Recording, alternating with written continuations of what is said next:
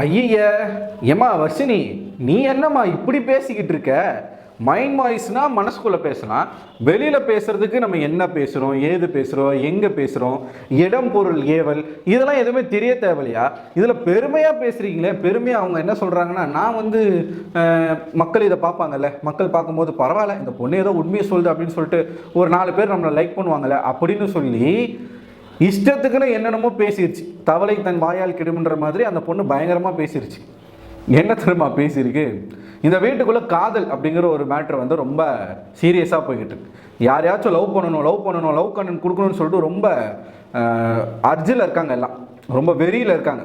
கரெக்டான வார்த்தை, வெறியில் இருக்காங்க. காதல் வெறி, வேற எதுவும் சொல்ல, காதல் வெறியில் இருக்காங்க.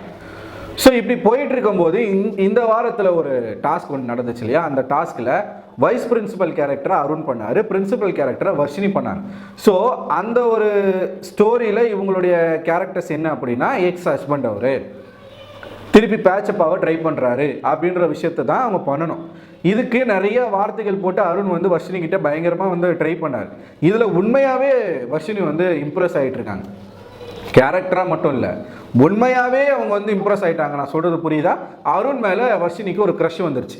இதை ஜெஃப்ரி கிட்ட சொல்லிட்டு இருந்தாங்க. ஜெஃப்ரி வந்து அது ஒன்றும் இல்லை, அதுக்கு என்ன பண்ணுறது, அது ஒன்றும் பிரச்சனை இல்லை அப்படின்ற மாதிரி அவர் சொல்கிறார்.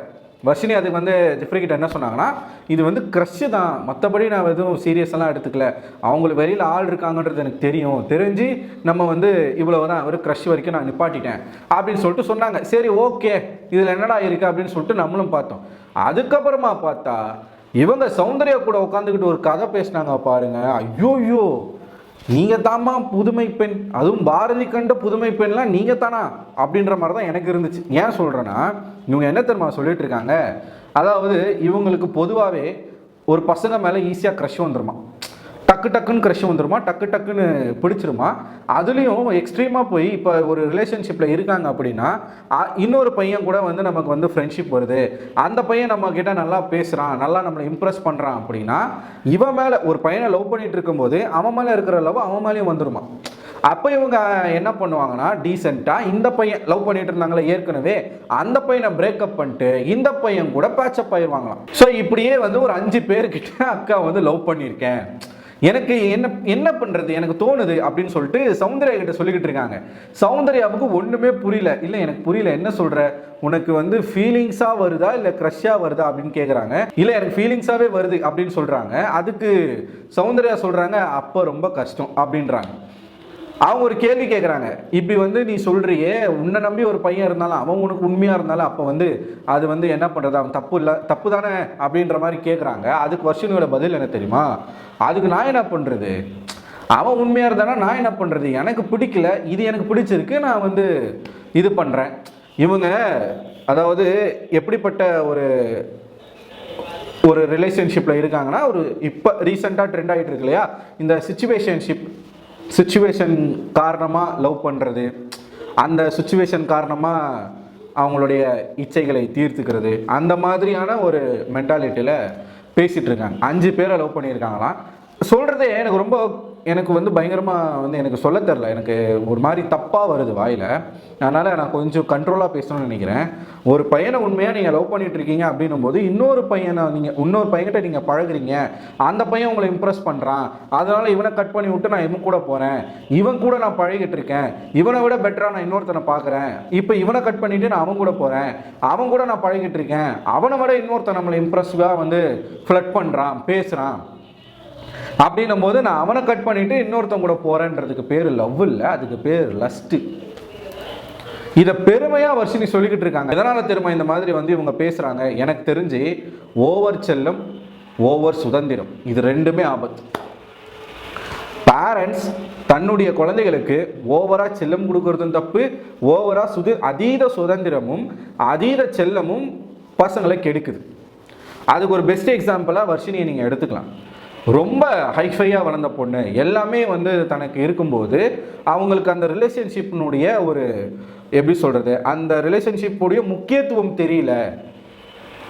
பார்க்குற பையனெல்லாம் நான் லவ் பண்ணுவேன், பார்க்குற பையனெல்லாம் மேலெல்லாம் எனக்கு க்ரஷ் வரும் அப்படின்னா இது எந்த விதமான, இது ஒரு மனநோய் மாதிரி எனக்கு தோணுது.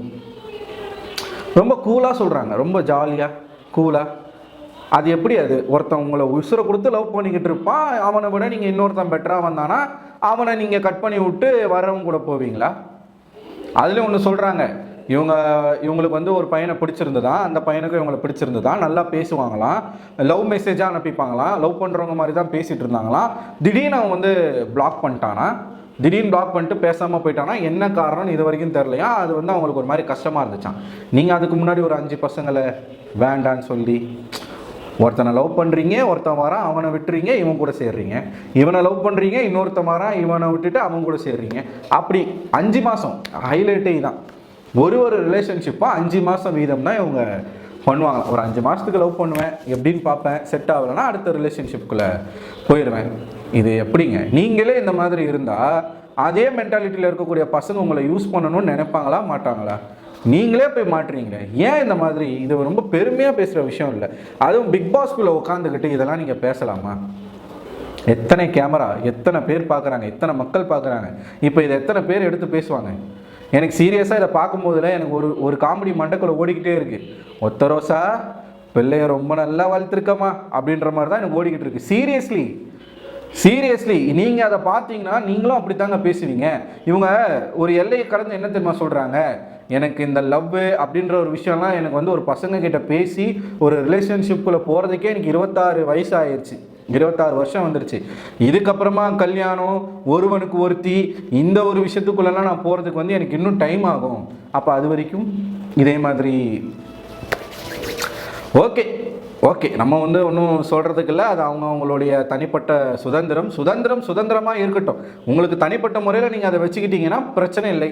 நீங்கள் இப்படிப்பட்ட ஒரு ஷோவில் வந்து நான் ஓப்பனாக சொல்கிறேன், மக்களுக்கு இதெல்லாம் பிடிக்காது, சரியா? ஓப்பனாக பேசுகிறவங்கள பிடிக்கும், ஆனால் அவன் என்ன பேசுகிறான்றதை மக்கள் பார்ப்பாங்க. அவன் பேசுகிறதுல கொஞ்சமாச்சும் அடிப்படை நியாயமும் தர்மமும் இருந்துச்சுன்னா அவனை மக்கள் ஏற்றுப்பாங்க. நீங்கள் பேசுகிறதுலாம் கொச்சையாக இருக்குது.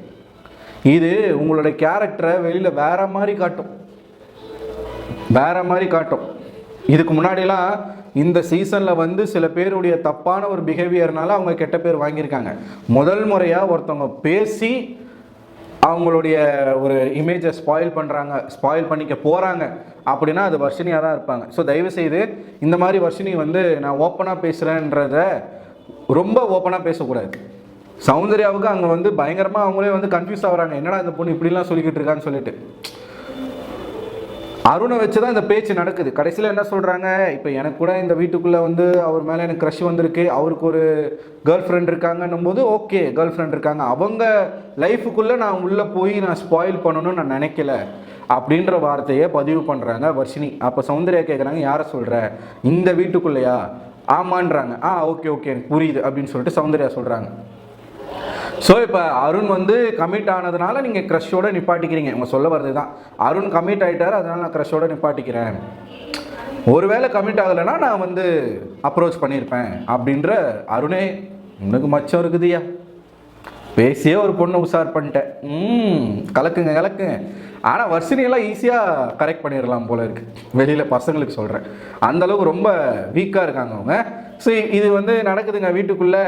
ஐயோ இந்த சீசன் போகிற போக்க பார்த்தா வேறு மாதிரி போகும் போல இருக்குது. ஏன்னா காதல் இந்த வாரம் ஃபுல்லாக காதல் மட்டும்தான். இது காதலையும் கடந்து புனிதமான காதலாக வர்ஷினி வந்து இன்றைக்கி பேசியிருக்காங்க.